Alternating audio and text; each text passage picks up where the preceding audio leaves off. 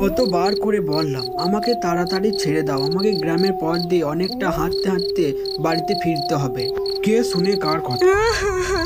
কি কোথায় আছো? আমাকে মনে বাঁচাও। হচ্ছে তো এই ভাঙা বাড়িটার কাছ থেকে আওয়াজটা আসছে, কিন্তু এত রাতে এই ভাঙা বাড়িতে মানুষ থাকবে কি করে? না না, আর দেরি করা যাবে না।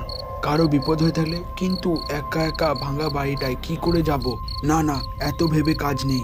একটা মেয়ে বিপদে পড়েছে, আমাকে যেতেই হবে। হ্যাঁ, আমার এক্ষুনি যাওয়া উচিত।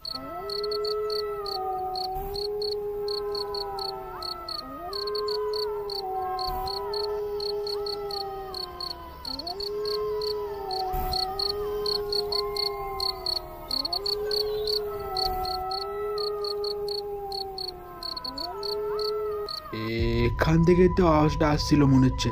কই, এবার তো কোনো আওয়াজ শুনতে পাচ্ছি না। একটা মেয়ের গলার আওয়াজ পাচ্ছিলাম। ঠিক শুনলাম তো এখান থেকে? কে আছো? আমাকে বাঁচাও, দয়া করে আমাকে বাঁচাও। ওই তো আওয়াজটা আসছে মনে হচ্ছে ওই পাশের রুম থেকে। আমি বরং ধীরে ধীরে ওই পাশের রুমে গিয়ে দেখি।